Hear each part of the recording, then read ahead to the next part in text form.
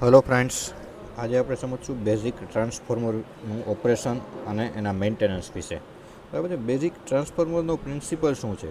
હવે આપણે જોવા જઈએ તો ટ્રાન્સફોર્મર, બરાબર, તો હાયર વોલ્ટેજનું લોઅર વોલ્ટેજમાં કન્વર્ટ કરે અને લોઅર વોલ્ટેજને હાયર વોલ્ટેજમાં કન્વર્ટ કરે. આ ટ્રાન્સફોર્મરનો બેઝિક પ્રિન્સિપલ છે, બરાબર. એટલે કે up voltage and down voltage કરે. આપણે જે 66 કેવી સબસ્ટેશનમાં જે પાવર આવતો હોય ત્યાંથી આપણી ઘરે ડિસ્ટ્રીબ્યુટ થાય છે, બરાબર. તો ત્યાંથી આપણી જે ઘરે આવે તે કેટલા કેવીનો હોય છે? તો કે 11 કેવીનો હોય છે. અને 66 કેવીમાં જે પાવર ઇનકમિંગ હોય તે કેટલા કેવીનો હોય? તો કે 66 કેવી, એનું નામ જ છે, એટલે 66 કિલો વોલ્ટનો. અને આપણી ઘરે જે પહોંચે છે તે 11 કિલો વોલ્ટનો ડિસ્ટ્રીબ્યુટ થાય છે, બરાબર છે. તો 66નું 11માં કન્વર્ટ કોણ કરે છે? તો કે ટ્રાન્સફોર્મર. તેવી રીતના જે હાયર મોટા સબસ્ટેશન હોય ત્યાં 420 હોય, બરાબર.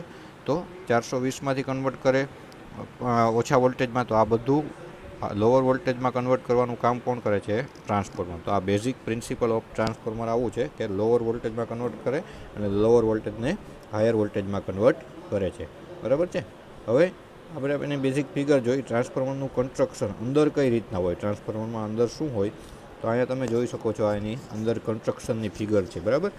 તો પહેલાં ઉપર છે લેમિનેટેડ મેગ્નેટિક સ્ટીલ કોર, બરાબર. આપણે કોર વાઇડિંગ ને ક્લેડિંગને આપણે જે ક્લાસમાં સ્ટડી કરેલું હતું, બરાબર. તો સૌથી ઉપરના ભાગમાં એની શું હોય છે? તો કે સ્ટીલની કોર હોય. પછી એની નીચે તમે આવો તો કે હાઈ ડેન્સિટી વુડ ઓર પેપર વાઇન્ડિંગ સ્ટિક્સ, બરાબર. એટલે કે એક ઇન્સ્યુલેટિંગ મટીરિયલ જેવું એક ટાઈપનું પેપર વુડ મટીરિયલ, લાકડાનું પેપર ટાઈપનું મટીરિયલ હોય છે જે ઇન્સ્યુલેટિંગ મટીરિયલ તરીકે કાર્ય કરે છે. કોની બહાર? તો કે આ જે સ્ટીલની જે કોર હોય એની બહારની side paper wood type material હોય છે. પછી એની નીચે જોવો જે તમે આવો તો high density craft paper tube between primary and secondary winding, બરાબર. એટલે જે પ્રાઇમરી વાઇડિંગ અને સેકન્ડરી વાઇડિંગ વચ્ચે ઇન્સ્યુલેટિંગ મટીરિયલ તરીકે પ્રોવાઈડ કરે છે, બરાબર, જે એકદમ હાઈ ઇન્સ્યુલેટિંગ મટીરિયલ હોય છે, બરાબર છે. પછી એની નીચે જે એરો બતાવેલો છે લેફ્ટ સાઈડમાં આપણે જોઈએ છીએ અત્યારે, હાઈ ડેન્સિટી વુડ ઓર પેપર વાઇડિંગ સ્ટીક અગેઇન, બરાબર, જે બહાર જે પટ્ટી જેવી તમને દેખાય છે તે. પછી છે હાઈ વોલ્ટેજ વાઇન્ડિંગ, બરાબર, જે બહારથી જે છેડો નીકળો છે જ્યાં ટ્રાન્સફોર્મરમાં આઉટપુટ આપણે જ્યાંથી લેતા હોય, બરાબર, એ હાઈ વોલ્ટેજ વાઇન્ડિંગનો છેડો છે જ્યાંથી આઉટપુટ લેવાનું છે. બીજું છે પેપર ઇન્સ્યુલેશન, બરાબર, એટલે ઇન્સ્યુલેટિંગ મટીરિયલ પેપરનું. જમણી સાઈડમાં ઉપર તમે જોવો તો high density craft paper tube copper wire, બરાબર, 2 વાયર, એક ઇનકમિંગ હતો અને નીચે છે એ આઉટ ગોઈંગ, બરાબર. તો paper insulating material, low voltage winding.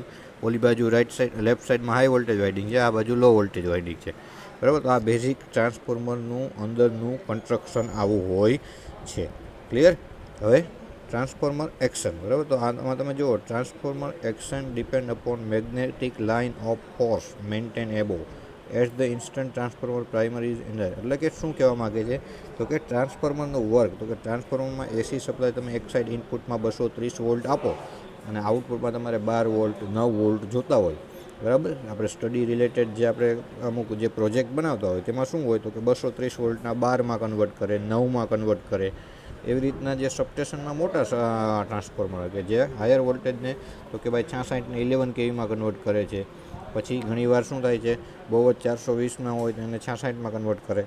તો આ બધું ટ્રાન્સફોર્મરની બેઝિક એક્શન શું છે? તો કે કઈ રીતના? તો કે કોરમાં મેગ્નેટિક ફિલ્ડ જનરેટ થાય છે એની આજુબાજુ, અને તેમાંથી જે કરંટ ફ્લો થાય તેના હિસાબે તેની સમકક્ષ મેગ્નેટિક ફિલ્ડ જનરેટ થાય અને તેને લીધે ટ્રાન્સફોર્મરમાં જે આખી પ્રક્રિયા થાય છે અને વોલ્ટેજ કન્વર્ટ થાય છે, બરાબર છે. આગળ જોઈએ હવે.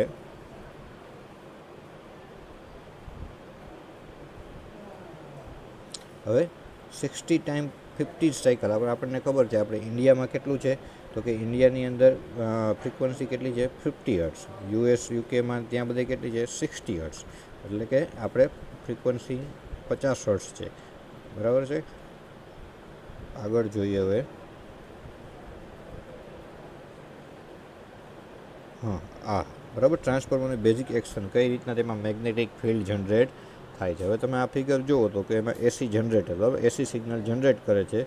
તે ટ્રાન્સફોર્મરના પ્રાઇમરી વાઇડિંગમાં જાય છે, બરાબર, ઇનપુટમાં. ટ્રાન્સફોર્મરની સેકન્ડરી સાઈડ એ મીટર લગાડેલું છે કે જેથી કરંટ કેટલો છે તે મેઝર કરી શકે, અને એક લોડ છે એ મીટરની નીચે, બરાબર.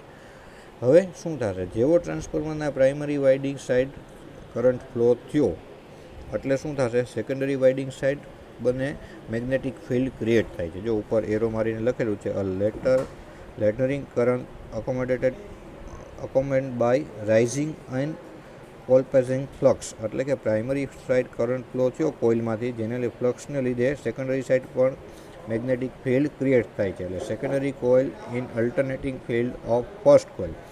બરાબર છે. નીચે જુઓ તો કે coil magnetically couple and load ammeter and changing flux cut coil, એટલે કે જેમ જેમ કરંટમાં વધઘટ થશે તેમ ફ્લક્સ કટ થશે મેગ્નેટિક ફિલ્ડને, અને કરંટ વધઘટ થશે, મેગ્નેટિક ફિલ્ડ ક્રિએટ થશે. હવે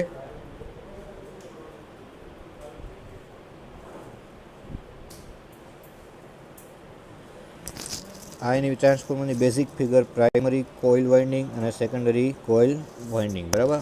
ઉપર જે મેગ્નેટિક ફિલ્ડ ક્રિએટ કરેલું છે, ઉપર કોઇલ વીંટાળેલી છે, તેની ફિગર છે. EMF ઇલેક્ટ્રોમોટિવ ફોર્સ કઈ રીતના જનરેટ થાય.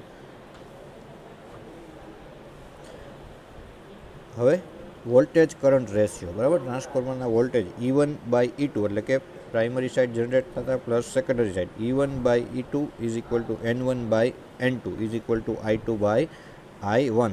N1 એટલે પ્રાઇમરી વાઇન્ડિંગના નંબર ઓફ ટર્ન્સ, N2 એટલે સેકન્ડરી વાઇન્ડિંગના number of turns. E1 E2 એટલે પ્રાઇમરી વોલ્ટેજ, E2 એટલે સેકન્ડરી વોલ્ટેજ, I1 અને I2 પ્રાઇમરી કરંટ અને secondary current.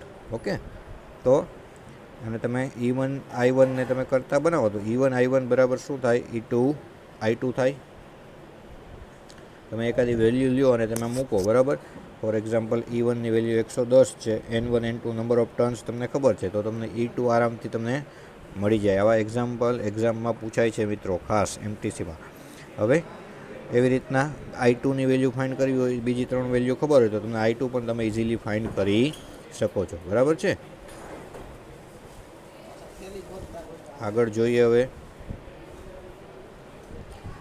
Basic maintenance and diagnosis, step up અને સ્ટેપ ડાઉન. હમણાં જ આપણે જે સ્ટાર્ટિંગમાં જ મેં તમને કીધું ટ્રાન્સફોર્મરનું બેઝિક કાર્ય શું છે, તો કે સ્ટેપ અપ કરે વોલ્ટેજને અને સ્ટેપ ડાઉન કરે. બરાબર છે.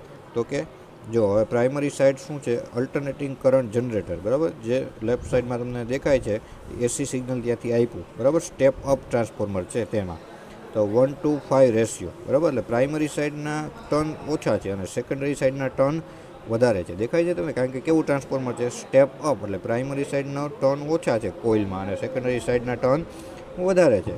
એટલે શું કરે છે? તો કે 12,000 વોલ્ટ 500 એમ્પિયર છે અને 6,000 kVA છે. બરાબર. એટલે 12,000 વોલ્ટને તે 6,000 kVAમાં કન્વર્ટ કરે છે સ્ટેપ અપ ટ્રાન્સફોર્મર.